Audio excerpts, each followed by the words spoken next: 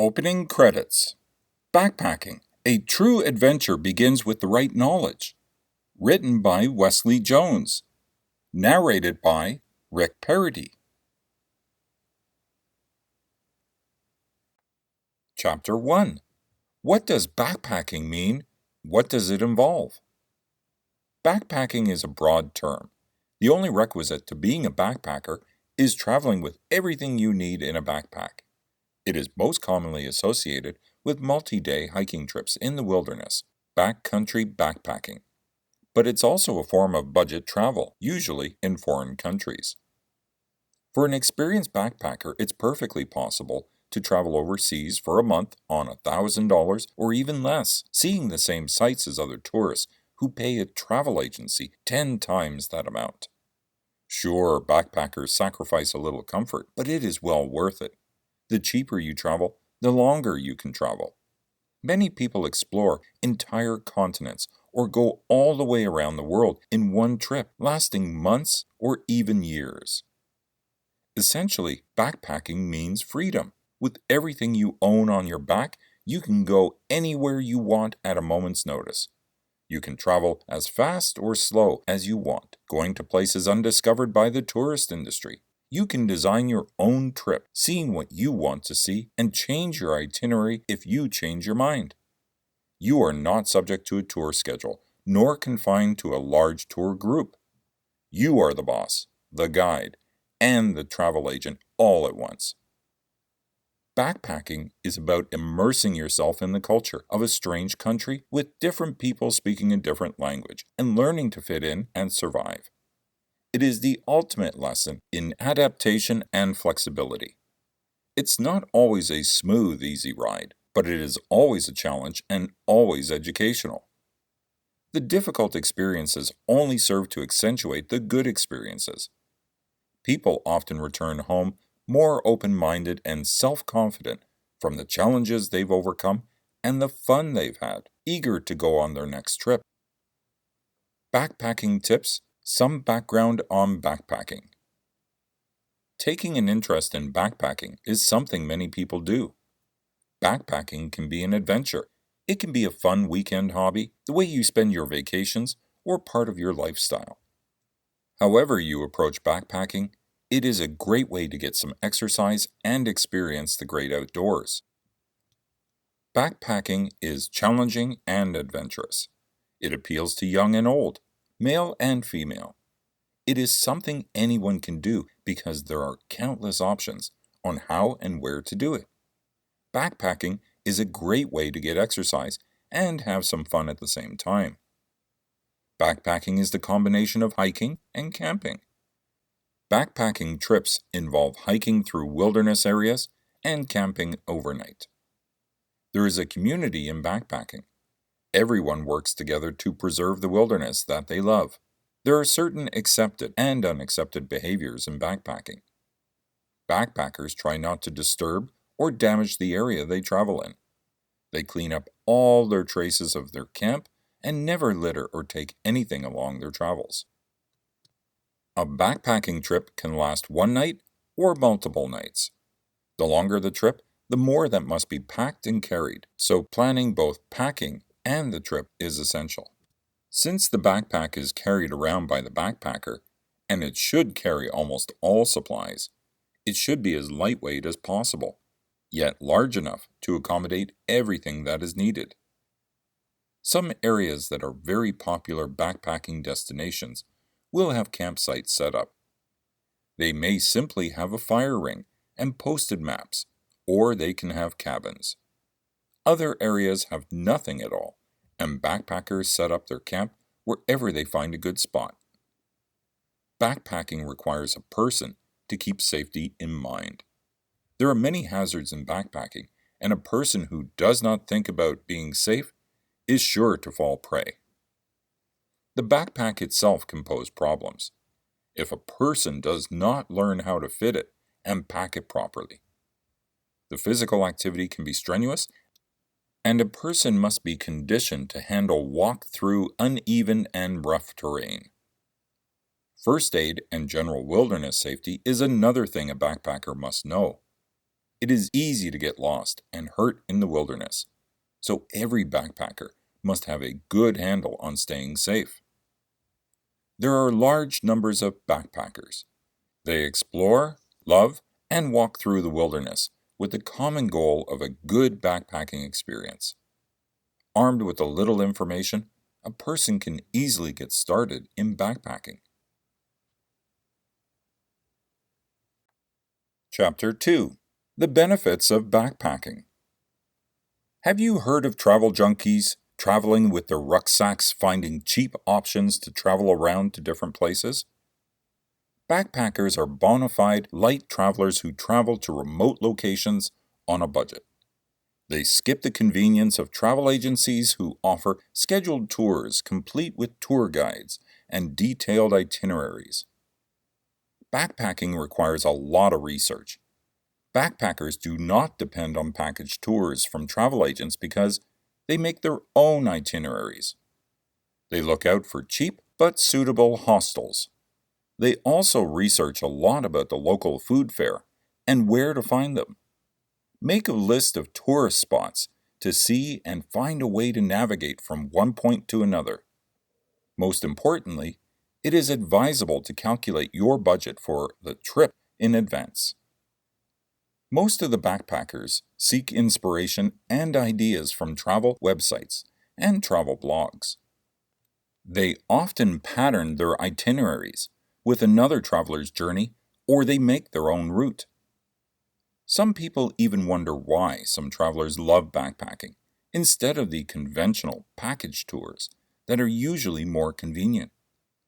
The answer is that backpacking has numerous benefits, including the following. Number 1. Acquiring new wisdom.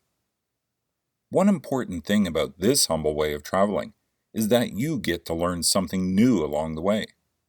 You can also learn a lot about people, culture, and ideas from your first-hand experiences. It is also a good opportunity to learn something new about yourself. Number 2. The sights. The sights are the main reason why tourists visit a place, and backpackers often see tourist spots in a different light. It is quite different with your package tours, where you are brought to a certain place and only allowed to visit certain sites with limited amount of time. Number 3. Your personal time to reflect. Backpackers enjoy their personal time, and they happen to experience that during their travel time, those long hours of bus rides, going to a tourist spot, or their idle time on the hostel. Those are great times to marvel on the beauty of the scenery, or even have enough time for personal reflection. Number 4. Get to know the person traveling with you. Traveling strengthens bonds and relationships between companions, and a backpacker's itinerary often entails a lot of teamwork and rapport. Problems and troubles will most likely arise along the journey, and your response and attitude towards the situation will eventually surface. Based on such situations, you will learn something about one another and will also ascertain your compatibility with each other. Number 5. Meeting new people. Backpacking creates opportunities to meet other travelers and locals alike. It is a good way to socialize and share travel stories, and find new friends and future travel buddies. Number 6. The weather. Weather is a good conversation starter, and every place has different weather conditions. It's something backpackers should consider since the weight of their backpacks depends on the weather condition of their destination. Number 7. The food. Food is also a form of experience. Your food palate shouldn't be limited to the food you are used to eating back home. Foods teach us a lot about a place's culture and also broaden one's culinary knowledge. Number 8. The workout. Backpackers are no stranger to the strenuous amount of footwork experienced when traveling. The added weight of the backpack also gives an extra level of difficulty, which makes it seem like you are also working out. Number 9. Packing on confidence. Backpacking is also a major confidence booster. Solo backpackers find traveling alone as a life-altering experience because it helps them realize that they're capable of becoming independent.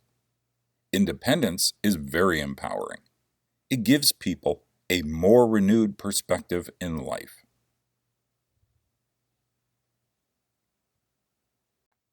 Chapter 3. Best Backpacking Destinations in the World. While every destination in the world can be a great backpacking destination, there are some destinations which truly stand out. If you are looking for an amazing backpacking experience, here are 10 backpacking destinations to help you get started. Number 1. Brazil.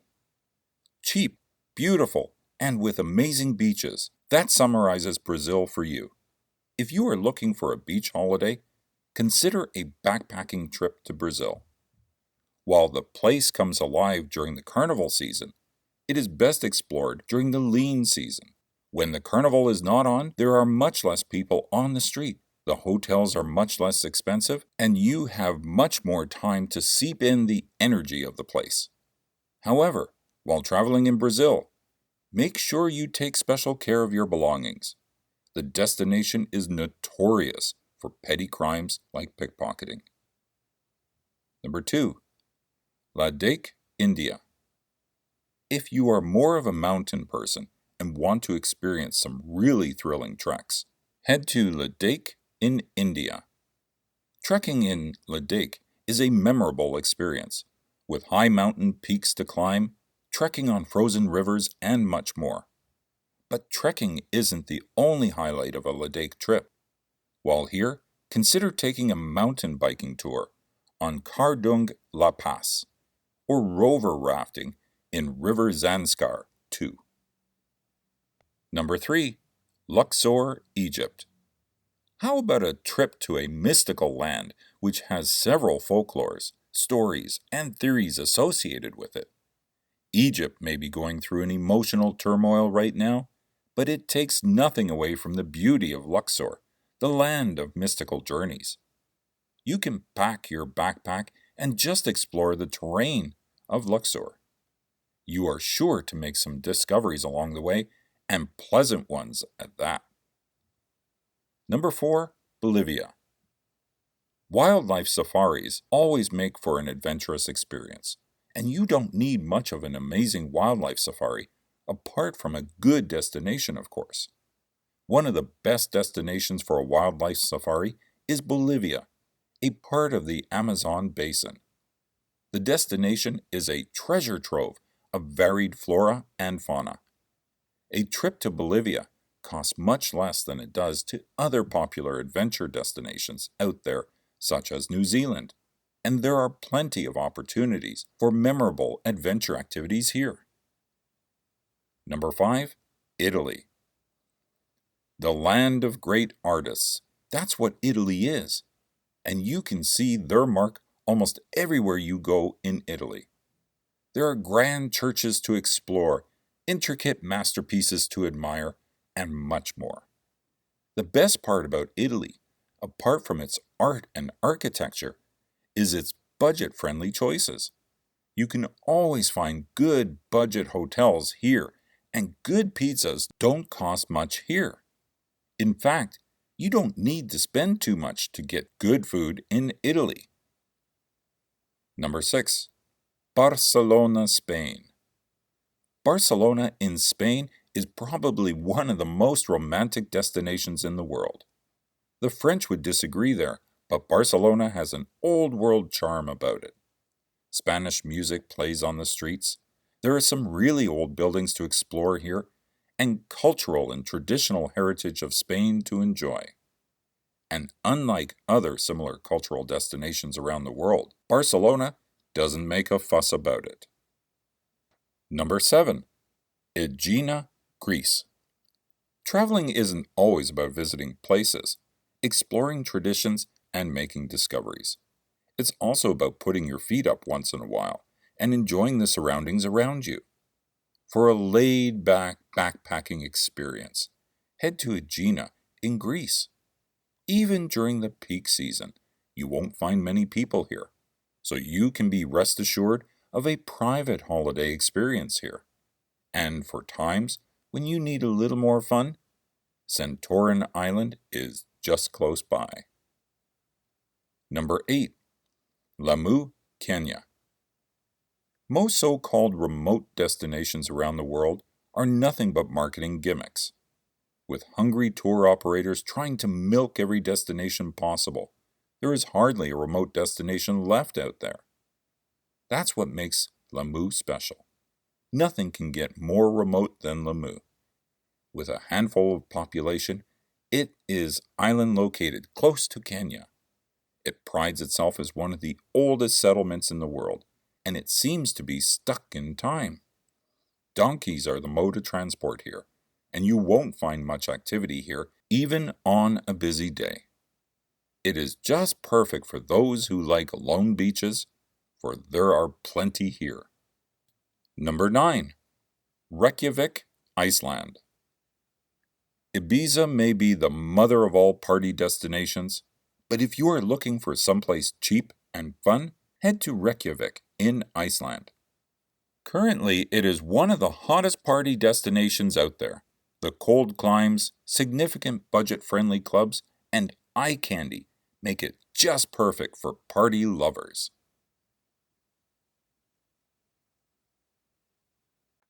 Chapter 4. Tips for backpackers when they are traveling around the world. Backpacking around the world is one of the best and cheapest ways to see the world. This is because backpackers will stay in hostels and they tend to use the cheapest modes of transportation. Backpackers can be away from home for over a year because they want to see everything whilst they have the chance. If you are thinking about going backpacking, you still have to plan your trip out. Even if it is one of the most laid-back ways to see the world, you can't just wing it and expect everything to go smoothly. Therefore, if you're going backpacking soon, then you should be planning now. If you read ahead, you can find some tips for booking your travel and getting the paperwork that you need before you travel. Number 1. Packing. It is important to pack lightly and plan to take a smaller backpack inside the main one. The smaller backpack will be for the main site, seeing in the daytime, and the larger backpack will be for when you are traveling from place to place. But it will stay in the hotel or hostel when you get there. You should be packing light because you are going to be carrying the bag for a lot of the time. If it is too heavy, then it will hurt your back, and you won't want to carry it at all. Take around 2 weeks' worth of clothes and then wash them. Don't take enough clothes for the duration of the trip. Number 2. Booking. Although there is an element of make plans when you get there because you might make friends along the way and want to travel with them, you should try and have some things booked before you go. You should definitely have your main flights booked and your first and last hotel or hostel. Anything in between can be sorted when you get there and have a better idea of your plans. It is suggested that you find an internet cafe and book your travel and accommodation prior to leaving the place you are in. This is just to make sure that you are safe and have somewhere to stay. You don't want to travel and then have nowhere to stay in a country that you have never been before. Number 3. Food. You can plan to have a meal or two out when you are traveling, but choose cheap places. Don't be spending your whole budget on your first meal, even though it is tempting to celebrate. It is better if you eat cheaply and utilize the kitchens in hostels and the supermarkets nearby. You can make packed lunches for you when you are out, and then if you have money left over during the last few weeks, then you can treat yourself and have a meal with your friends. Number 4. Paperwork. You need to know what paperwork you need if you plan to enter certain countries. For example, in the USA, you will need to pay for an ESTA, E-S-T-A, to get into the country, and in Vietnam, you will need to get a visa with a letter of approval. Or if you are in a rush, You can get a visa on arrival. If you do not get the correct paperwork before you travel, you will not be allowed into the country and you will have wasted your time and money. A lot of people think that just because they are backpacking, the authorities will let them off, but that is not the case. Everyone has to abide by the same rules.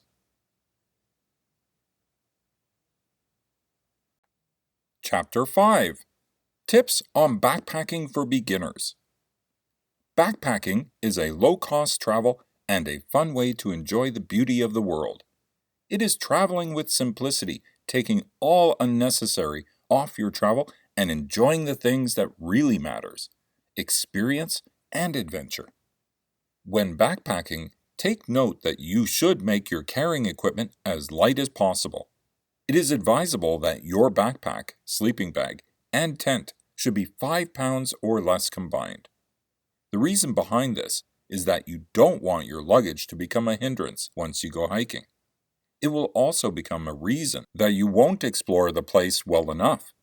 Also, you want to avoid having backaches. In some rare occasions, carrying a heavy luggage can be detrimental to your health. You can become a backpacker, even if you're doing it for the very first time. If you're in for some adventure and be a backpacker, here are some backpacking tips for beginners. Plan ahead. You always have to plan ahead before traveling.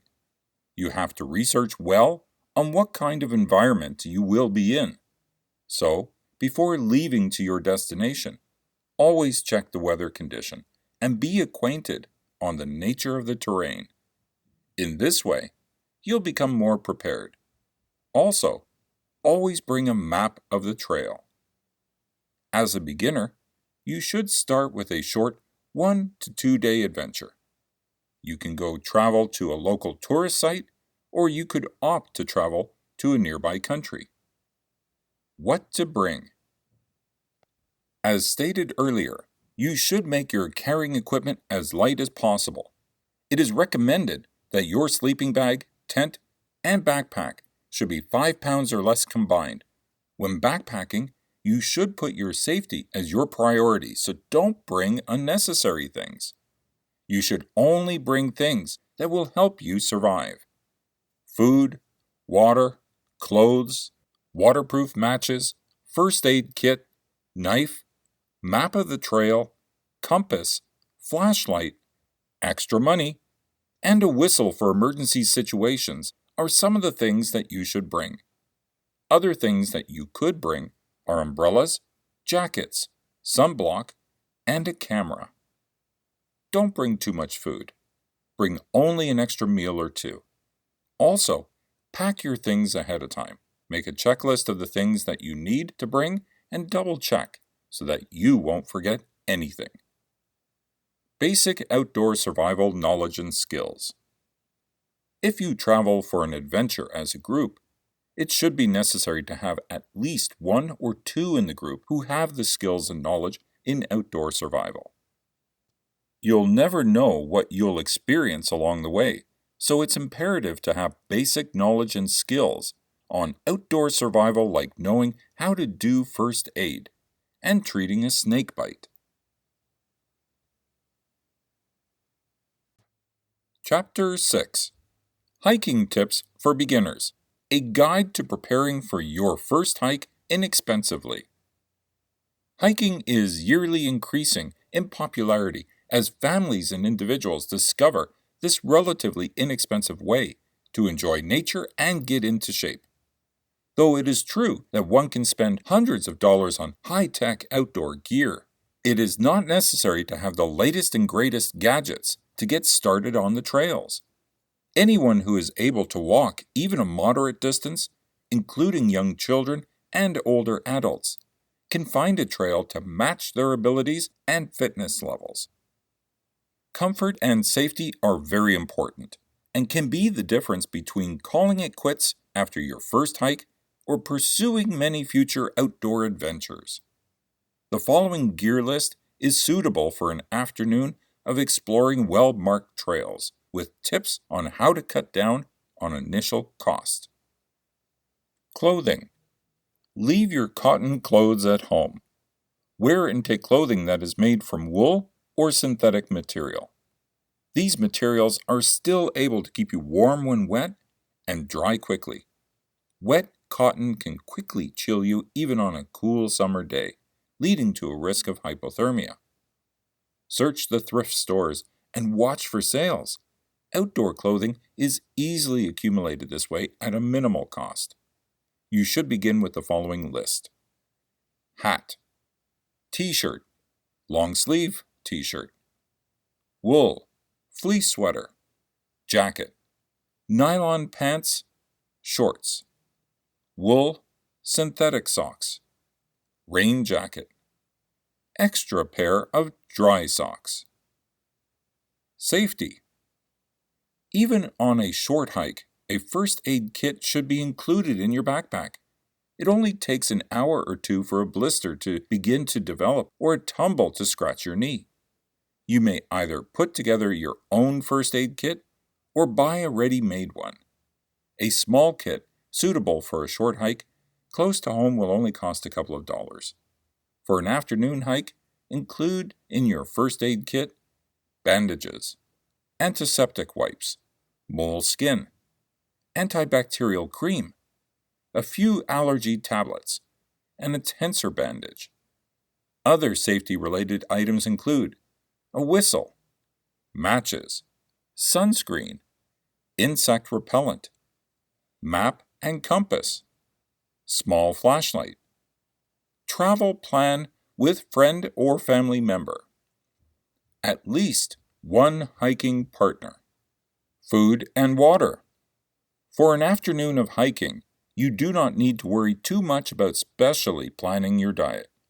Raid your pantry for food already on hand and make your own granola bars to help keep the cost of food down. Don't forget a bottle or two of water. Healthy snacks, some sweet snacks, extra food, water. Footwear. Arguably, the most important gear is what is on your feet. If your feet are miserable, the rest of you will be too. It is fine to begin your hiking adventures in a good pair of running shoes that fit well, but as the length and difficulty of your hikes increase, along with the load on your back, you will want to invest in a good pair of hiking shoes or boots that will support your ankles. Unfortunately, hiking footwear will probably be the most expensive part of your initial investment, but this is not the place to skimp on quality and fit for the sake of cost. You can start a change jar labeled Hiking Boot Fund and throw all of your change in there until you are able to afford good footwear. Backpack. Lastly, you will need something to carry everything you are not wearing. Any backpack you have around the house will serve the purpose until you find something you like better. Hip belts and chest straps are nice and add to the carrying comfort, but they are not necessary for a light load. Again, watch for store sales, the classifieds, and maybe even the thrift shops for an inexpensive backpack. The above is a list of physical items you need to start hiking, but perhaps more important than all the right gear is a positive attitude. If you are determined not to enjoy hiking, then spare your trip partners the grousing and stay home. However, if you are willing to give it a chance, pack up your gear, load your friends in the car, and head out for an afternoon of fresh air and exercise. You may surprise yourself and find you discovered a favorite pastime. Chapter 7. How to pack your backpack for a hiking trip. Throwing all your gear into your pack and heading off isn't the best practice for a comfy hiking experience. The way in which you pack your backpacking backpack will make a huge difference to how it feels on your back. If you've never gone backpacking overnight before or haven't done it in a while, these simple and easy to follow guidelines really will make your trek more enjoyable.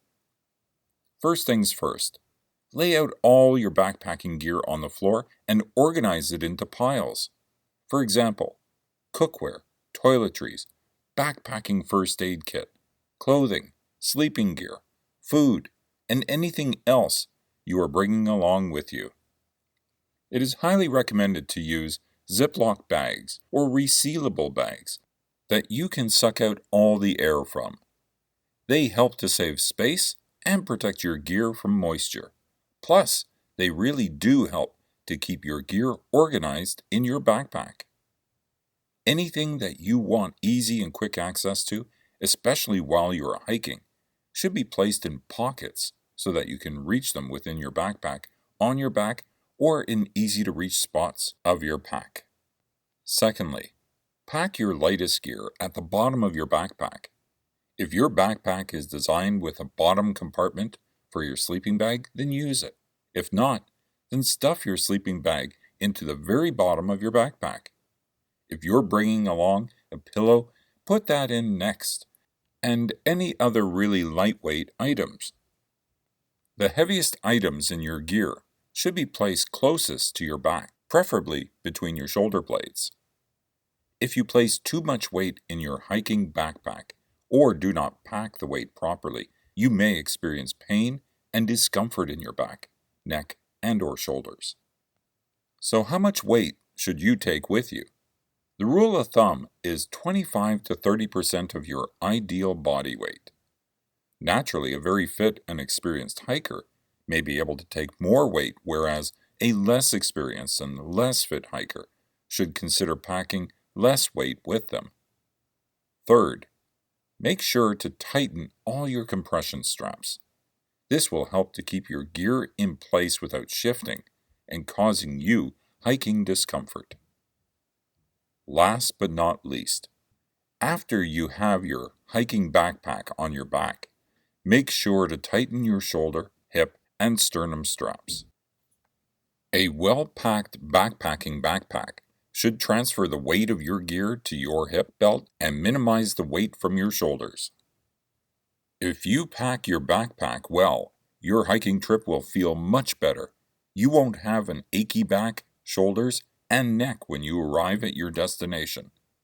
Because your gear may shift a bit during your hike, it is important to take the time to adjust your straps as you are hiking for the most comfortable hike you can get.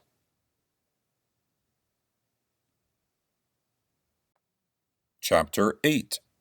Tips for packing a backpack for hiking. You feel the weight of the world on your shoulders, literally. The night before starting your camping trip, you tossed all of your gear into your backpack. And now every step up the mountain is a struggle. As the mountain becomes steeper and steeper, you increasingly begin to dread the way that you packed your backpack. You assumed that if you successfully fit all your gear into the various compartments of the pack, then you would be prepared. But as you near the mountain top, the poor weight distribution in your backpack meets gravity, causing you to lose your balance. Suddenly, gravity takes over and you start falling backwards. As your arms and neck lanyards flap in the air, you realize how important proper packing of backpacks actually is. Packing it up.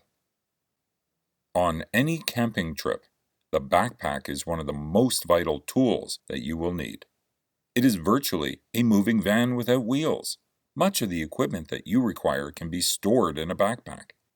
Whether your hiking trip is going to last a day or a week, there are definitely right and wrong ways to pack your stuff. But never be alarmed. The process is much easier than it may seem at first. Just follow some basic guidelines. Throwing your backpack's weight around. Using the proper weight distribution is one of the keys to packing your backpack properly. This will allow you to maintain proper posture and help your body to feel comfy, whether you are scaling a mountain or crossing a stream. Here are some guidelines to follow. Number 1. At the top of your backpack, you should pack equipment that you might need to use throughout the day.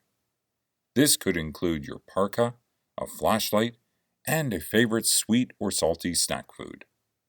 These items should be easily accessible as flat neck lanyards. Number 2. Place the heaviest items towards the backpack's center, in close proximity to your back. Position clothing around the gear to create some insulation. In addition, create horizontal balance with this hefty gear. Number 3. Underneath the heaviest gear, pack lighter gear, such as your tent and sleeping bag, which you will not require throughout the day.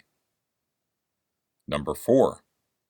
If you are using a pack for hiking trips lasting multiple days, it may contain straps and hoops. These pieces are ideal for placing items such as tent poles. However, you should keep in mind that balance is always the name of the game. If too much weight is added to the outside of the backpack, gravity could pull you backwards, causing back strain if you lean forward to perform a balancing act. Small but significant. Aside from the main compartment of your hiking backpack, you should also consider smaller pockets, like round neck lanyards. These storage tools may be small in size, but they are vital to your hiking experience. Side mesh pockets are some of the most useful types of pockets when you need to hydrate. You want the process to be as easy as 1, 2, 3. These pockets literally put items such as water bottles, bags of chips, and sunscreen bottles within reach.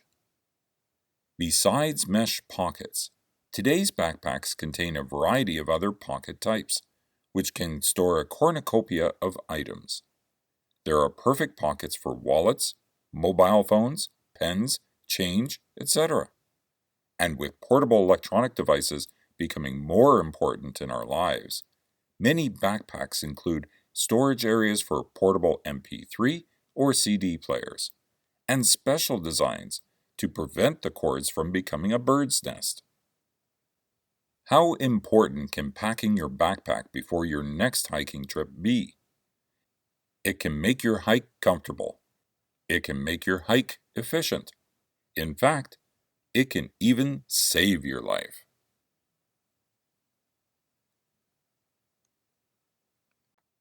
Chapter 9. Avoid these common scams while backpacking. The con artists are very innovative. Here are some examples of scams.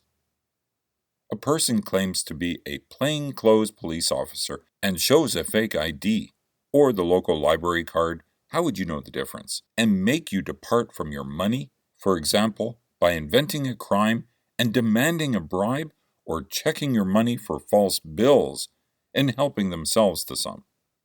You can try to get around this by demanding to be taken to a local police station or to a uniformed police officer on foot. Do not get into a car with these guys.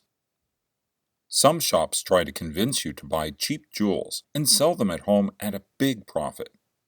Unless you are in the business, you will most certainly end up on the losing end, so do not expect to make any money from this. Buy the jewels if you like them, but not to get rich. Gambling on the street is a sure way to part with your money. There are usually several people playing, and some seem to be doing quite well. Well, it is all sleight of hand, as many magic tricks. Well, guess what? The people winning are friends of the organizer of the game, and are only there to give you the feeling that the game can be won. They may even let you win once or twice, so that you feel comfortable in the game. Social proof is one of the most important principles in order to influence people. Simplified social proof means that if everyone else is doing it, then it must be a good idea to do it. If you see several people eating in a restaurant and the restaurant next to it is empty, which one will you pick? The same thing goes for gambling. If you accept a drink which is offered to you on the beach or after several hours of hiking up a mountain, make sure you agree on the price beforehand. Otherwise, it can turn into a very expensive drink. Chapter 10. Travel Tips. How to avoid falling victim to the many tourist traps. If you are planning your holiday to a place that you have never been to before, Especially if you are planning to travel overseas, you really should be able to recognize some of the most common scams that are pulled on tourists. Those that pull the scams will look for the traveler that is most vulnerable looking, and those scammers can be anything from muggers to swindlers. If you follow some of these common sense suggestions, you should be able to avoid becoming a victim on your trip. The most important thing you can do when you are traveling is to do your best to try and blend in with everybody else on the street. Make sure not to draw attention to yourself. Don't wear clothes that are going to draw attention to you. Don't wear a lot of fancy jewelry or go around carrying an expensive camera. Make sure that if you do have a camera to carry it in your bag or under a jacket if you are wearing one. The less you look like a tourist, the better off you are going to be. Make yourself a hard target to attack. So make sure that you know what's going on around you at all times. Don't let yourself get distracted easily, and make sure that you don't bring out your map in a public place. It's a better idea if you study the map before you decide to go out and explore and make sure that you are ready to know where you are going and you know the route you will be taking. The map is an immediate red flag for the criminal on the street. Of course, you will have to travel with a lot of things, but it's important that you protect your items. It's best that you carry a bag that has an across-the-body shoulder strap, or wear your backpack in the front and not in the back. Try to avoid a backpack if at all possible. These are extremely hard for you to have control over, but extremely easy for the criminal to get into without you realizing it. Make sure that all you carry with you while you are traveling about is cash and not any of your bank cards or credit cards. One of the most common crimes that happen to a tourist is someone forcing them to go to an ATM and take out money. You also shouldn't carry your passport with you. Make a copy of it and carry that with you. Most places will accept the copy over the original because they are well aware of people getting their passports stolen often. When taking your money with you, don't carry it all together. It's a better idea to put some in your purse or wallet, put some in a pocket, and some emergency cash in your shoe. It is highly unlikely that a criminal is going to check all of the places that you have hidden your money. A common scam in a lot of countries is for the criminal to disguise themselves as a police officer. A lot of tourists fall for this one. You can easily avoid this one by asking the so-called police officer to walk you to the nearest police station, and then you will show them all the necessary information they are looking for. A real officer usually will not have a problem with that. A criminal, on the other hand, will simply lose interest and move on to the next victim. Be wary of strange things happening around you, or simple distractions like someone dropping a lot of change in front of you, or spill a drink on you, or food, for instance. All of these things could be a way for them to catch you off guard, while someone else finds a way to relieve you of your valuables. If you still end up finding yourself in the middle of a scam, do your best to show no interest and try to walk away from it. If that is not possible, then simply give them your valuables and cooperate with what they ask. It is more important to be safe and save your life than to worry about losing your wallet or backpack. Chapter 11. Safe Travel for Backpackers. Tips for increasing your security. Adapt to the country you visit. Some countries are high risk and others are low risk. Do not get paranoid. It will ruin your trip, but do have a healthy respect for things that can happen. Certain places are higher risk and warrant extra attention, such as around ATMs, money changers, bus and train stations, crowded streets, and markets. Check your guidebook and with the locals to see what the scam of the day is and which areas are best avoided. Varies during day and night. If you carry around a handbag in a high-risk environment, such as markets, keep the bag in front of you and keep one hand on top of the zipper. Do not let it hang off your back. Spread your money into several places. For example, your day pack, backpack, wallet, and money belt, so that you do not lose all at the same time. Hide some emergency cash under the sole of your shoe, or in your sock, or elsewhere.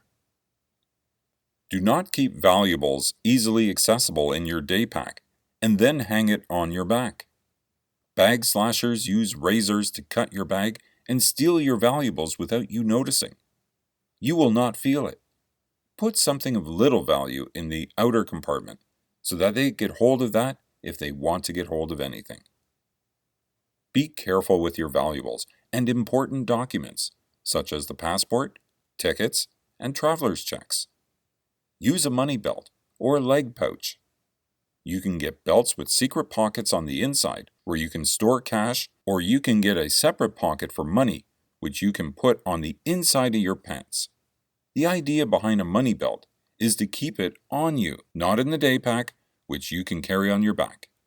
If it is too sweaty, you may be better off leaving the valuables in your hotel than carrying them in your backpack. If you walk with your backpack and have to stop, move a little from side to side so that it will be more difficult for anyone to get to your bag without you noticing. Staff in supermarkets and stores may try to shortchange you, such as they give you back less change than you are supposed to get, and will play all innocent when you point this out. Count it to make sure that you get all the money you are supposed to get.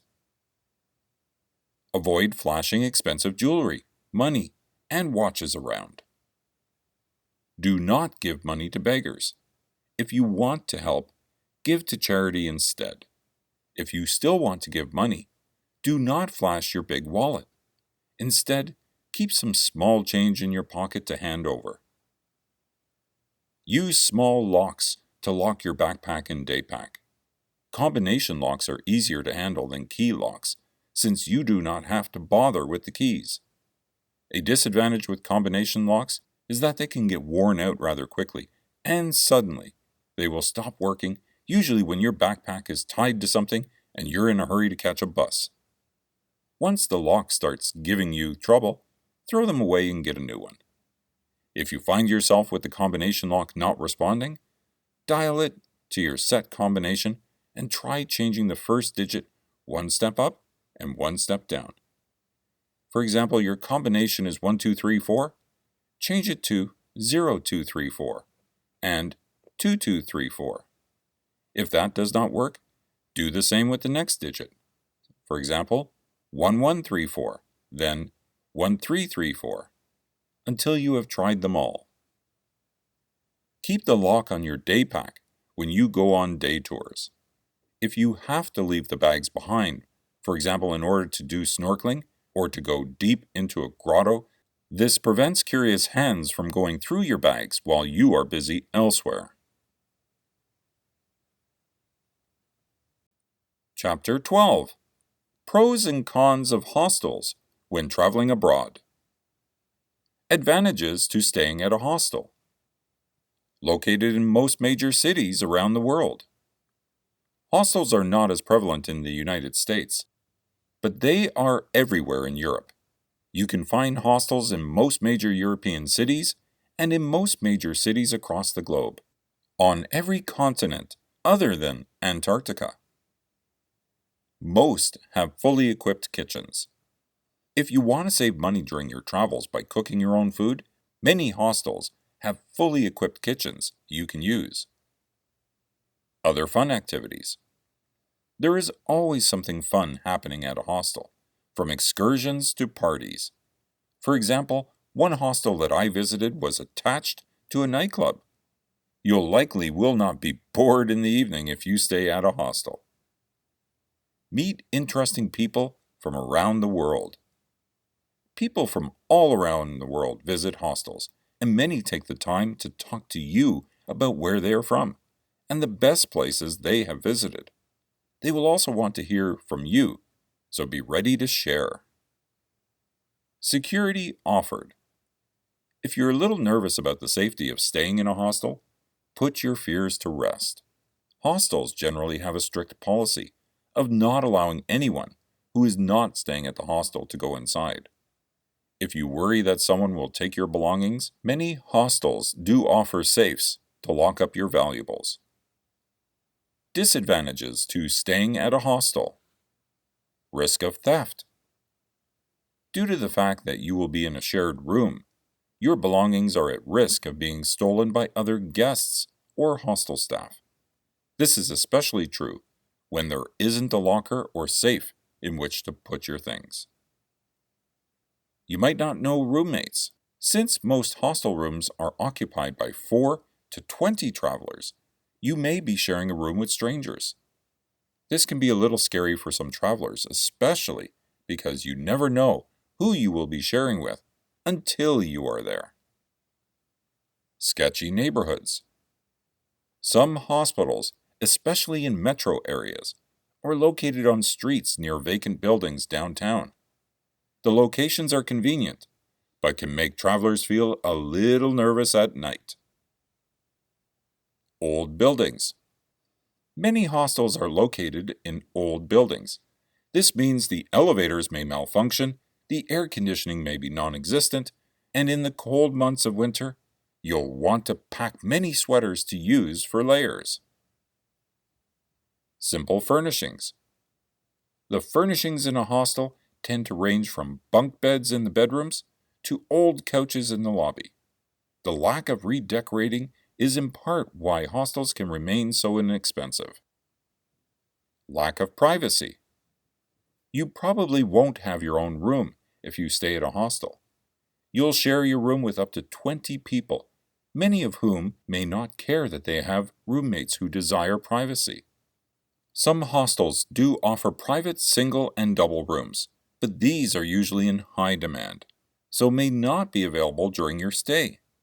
In addition, even if you aren't particularly chatty, someone will still try to engage you in conversation pretty much any time you set your foot inside the hostel.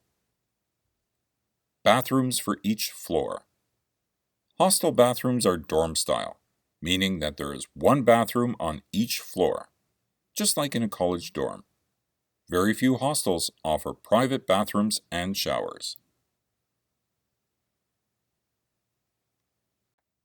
Chapter 13. Top tips for negotiating a better Airbnb price.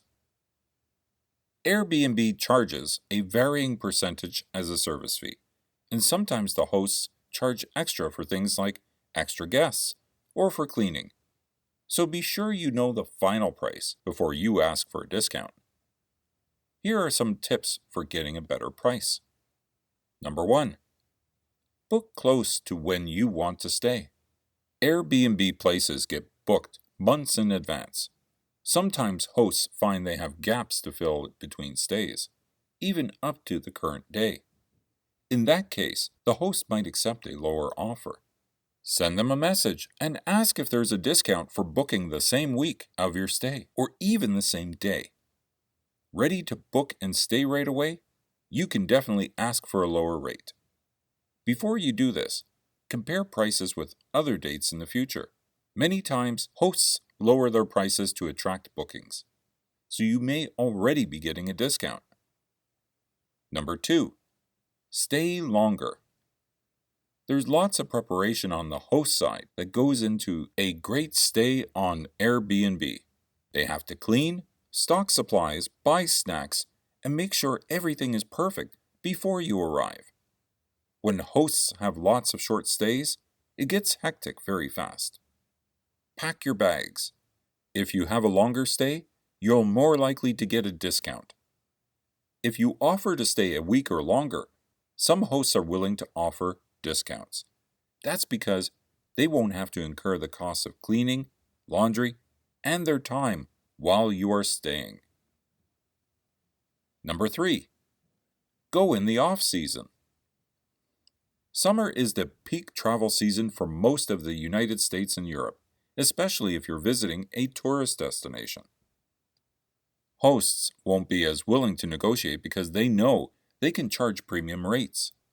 But if you want to stay between peak seasons, you might get a discount.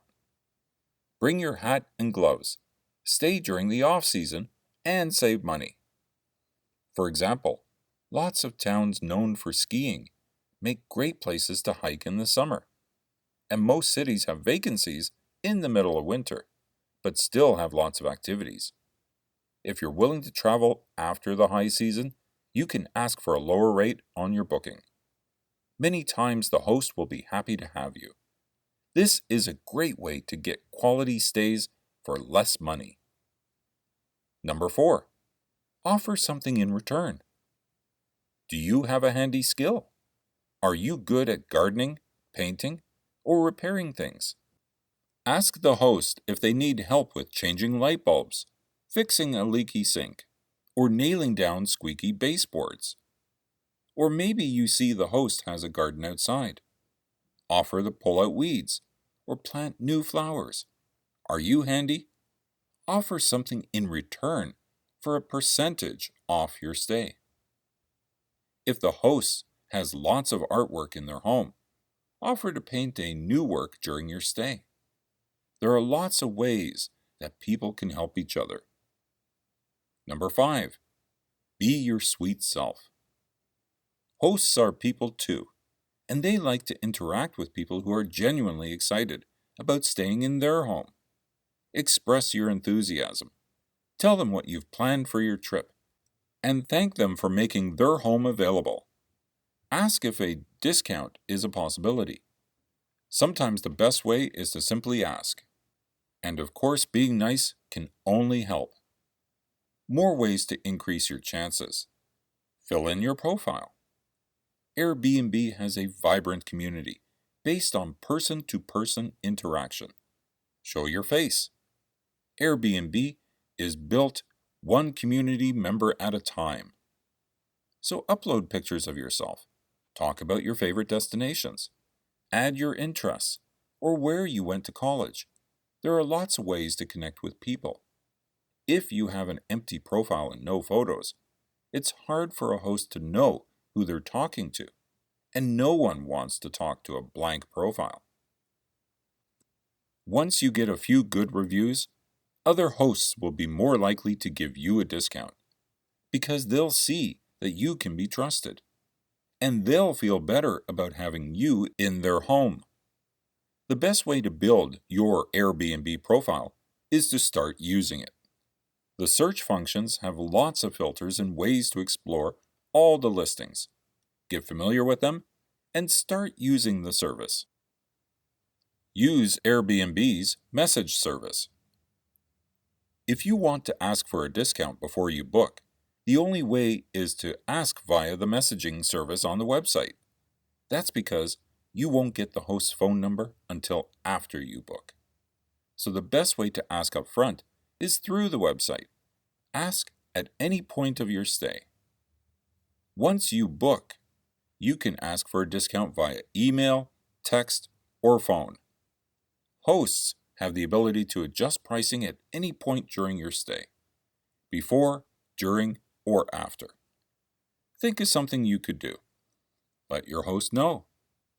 So if you think of something to exchange or offer help to the host, they can alter your reservation while you're staying with them, or even after you leave, so don't be shy.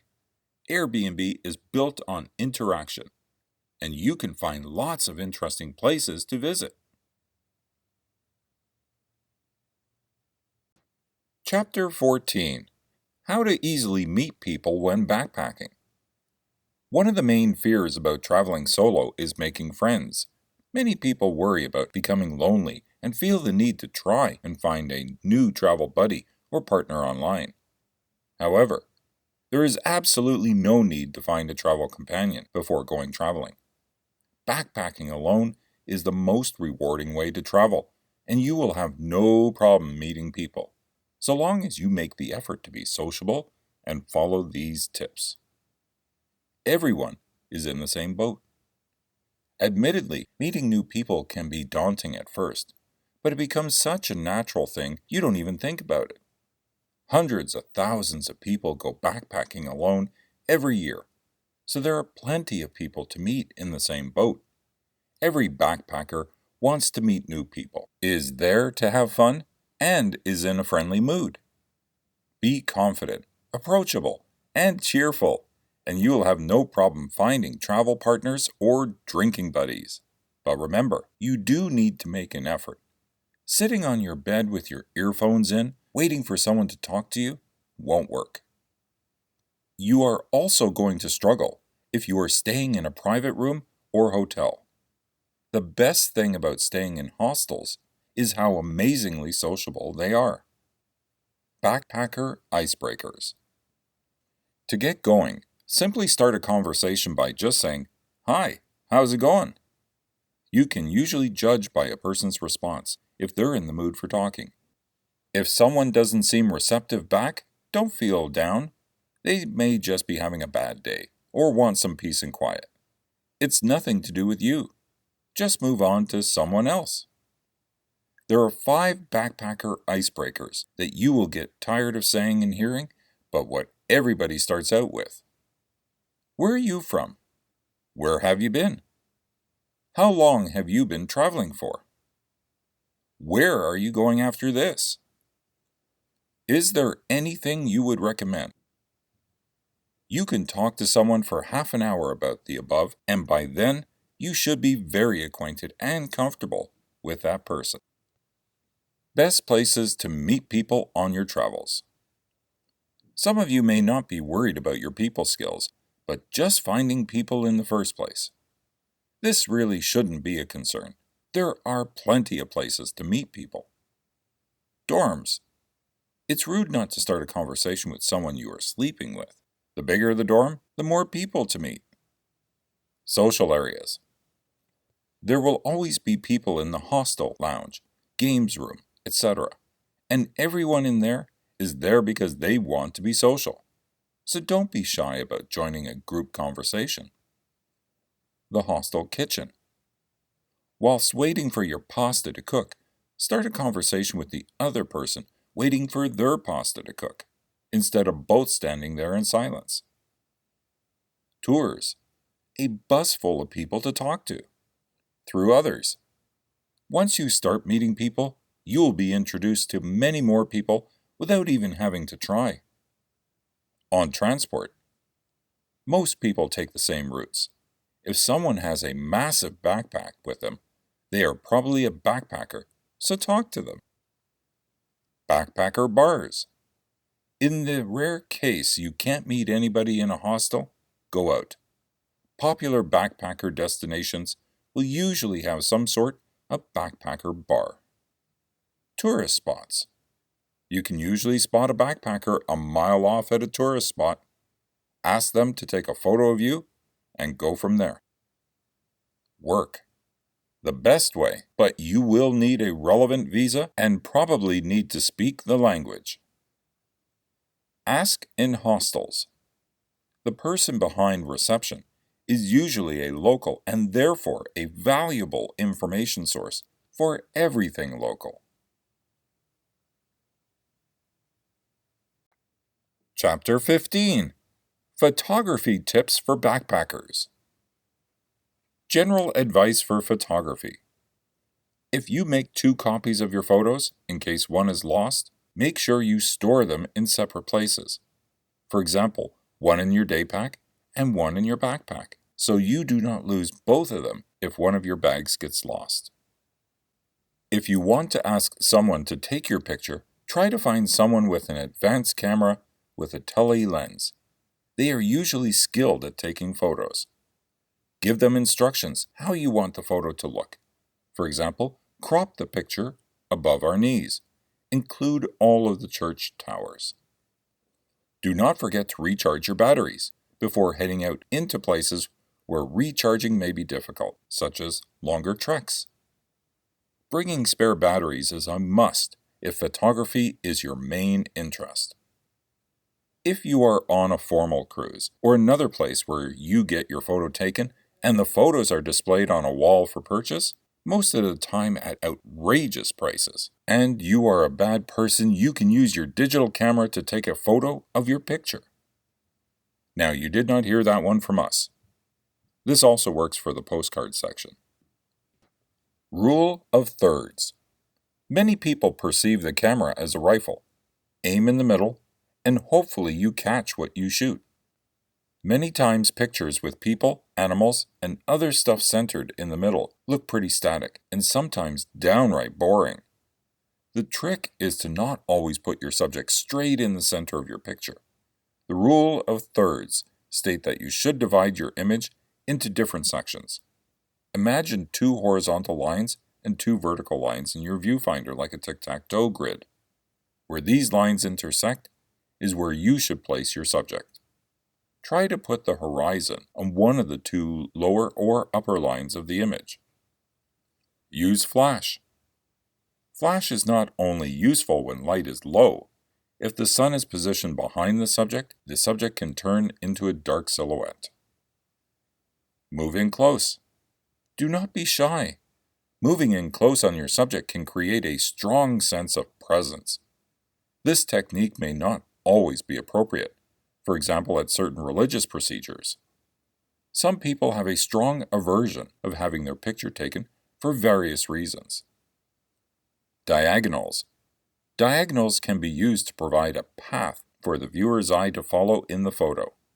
It can be used to lead the eye in one direction into the photo and in one direction out of the photo, such as in the below example. Use natural frames.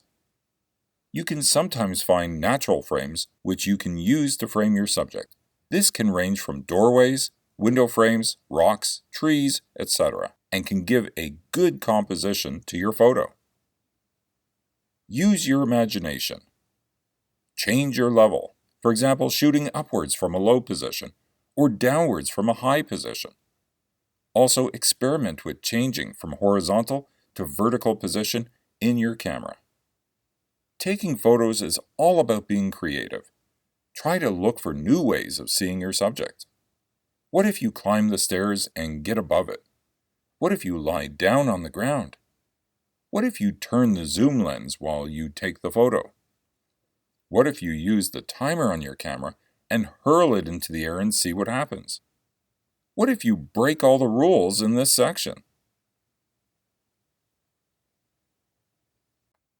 Chapter 16. How to Make Money with a Travel Blog. The Ultimate Guide. Number 1. Advertising. This is the most common way for starters to earn money with a blog. You can place ads on your travel blog and get paid. Once you have a decent number of posts on your travel blog, you can apply for Google AdSense. Google AdSense is a common method for displaying ads on your blog. Once Google approves you, you just have to copy and paste some codes on your blog, and you will start to see contextual ads on your travel blog. Besides Google AdSense, there are other online advertising agencies that you can use to display contextual ads on your travel blog. Some of them are Media.net, Amazon Associates, Buy Sell Ads, Shareaholic. Check them out and use the one you like.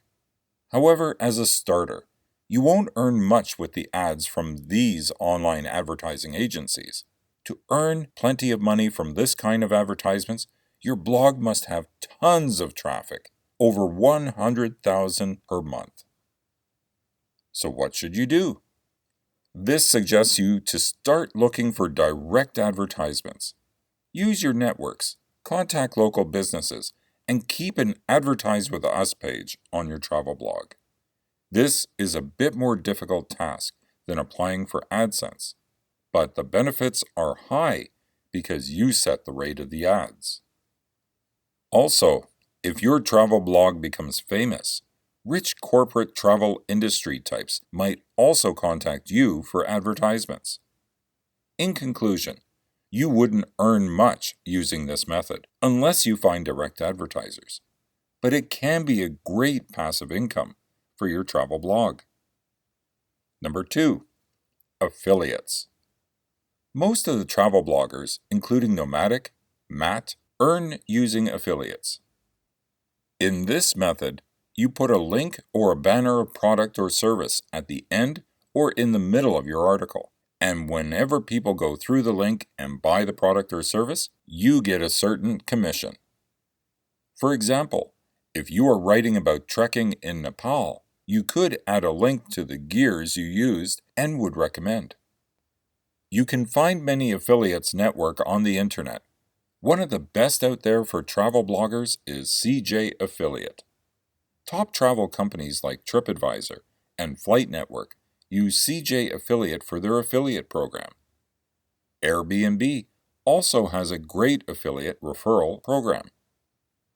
Similarly, you could also join Amazon Affiliate and advertise travel products. But the important thing to remember is you should never promote products that you don't trust. Finally, this method wouldn't make you rich, but it is a great passive income when you have a good number of visitors on your travel blog. Number 3, products. This is the best method of making money for average travel bloggers. And this is also the most popular method of earning for most of the famous travel bloggers too. You create your own product, like an ebook, and then use your blog to promote and sell it. If you use the right marketing strategies, and if your product is useful and legitimate, you will get buyers. If people like your products, you will make tons of money and become famous as well. Number 4, services. This is another great way to make money with your travel blog. You can offer paid services, such as one-to-one counseling, speaking in conferences, or helping people create blogs. In this method, you will use your travel blog to sell yourself. You need to advertise what services you can offer on the About page of your travel blog. Be creative. Look at other travel blogs to check how they are selling themselves.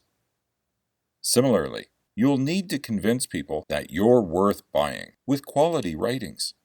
And then back up your claims once they purchase your service. Do not offer services you are unsure of. You don't want to ruin your reputation. Number 5, sponsored post. In this method, you will post about a specific brand, product, or service, and companies will pay you for it. It is like advertising a product, but with an article. Once you have significant traffic coming to your travel blog, companies will approach you for a sponsored post. But remember, always be honest about the service or product while writing about it. And don't worry, many travel bloggers write sponsored posts. Some specify it as paid post, some don't. As long as it's interesting, your audience won't mind if you write few sponsored posts now and then. An example of sponsored post could be you writing your experience about the stay in a specific hotel. The hotel will pay you to write about them. In addition to writing full-length articles on your travel blog, companies might also pay you for promoting products on your social media page. You could, on your Facebook page, share links to products or services, or share a photo of you using a service. Number 6, paid marketing campaign. Travel industries or tourism boards could hire you to do their marketing. Once you are a recognized traveler, some travel industries might even offer you brand ambassadorship. If you can land a paid marketing campaign, you will make very good money because you will decide your worth. You might be asked to do a film or be a guest in their events. You should decide your fees based on the content and amount of time the project will take. But don't go around hooking with every offer. Remember, you have to maintain your brand. Number 7, photography. Since you are a travel blogger, you will click photos for memories or for your blog. So you will have lots of photos with you. But did you know you can even sell them for money? Businesses like tour companies, tourism boards, outdoor brands, media outlets could use your photos for marketing and advertising. The photos you see in the travel section of major news websites might have been clicked by some travel bloggers. So remember to carry a nice camera with you on your next trip. Click some awesome photos. Display them on your travel blog. If people or brands like them, they might contact you to purchase them. Plus, agencies might even hire you as their photographer for large projects. Therefore, if you don't know how to take great photos, take some photography classes or research on the internet. Number 8. Vlogs. People love videos. Actually, they might even prefer watching a video to reading an article. So you can also make videos when you travel to make money. Going bungee jumping or skiing? Make a video and upload it on YouTube. Share the YouTube link along with an article. You could even make videos of everything you do while traveling. YouTube is a great way to make money online, so invest in a GoPro or other action camera. Plus, with links to your videos from your travel blog and vice versa, can increase the traffic to your blog notably. And you know what rise in traffic means: money and fame. The conclusion for making money with your travel blog. Focus on writing amazing content because your travel blog is your portfolio for selling your services and making money. You may find many hacks and shortcut tricks on the internet that teaches you how to make money easily with your travel blog. But remember, in life, there is no shortcut. Those tricks might get you money, but it is short-term money. If you are planning to go long-term with your travel blog, become the authority. Authority sites might not make much money in the first few years, but in the long run, they have the potential to make much more than the shortcut techniques/hacks. The end. Closing credits. This has been Backpacking. A true adventure begins with the right knowledge. Written by Wesley Jones. Narrated by Rick Parody. Copyright 2018 by Wesley Jones. Production copyright 2018 by Wesley Jones.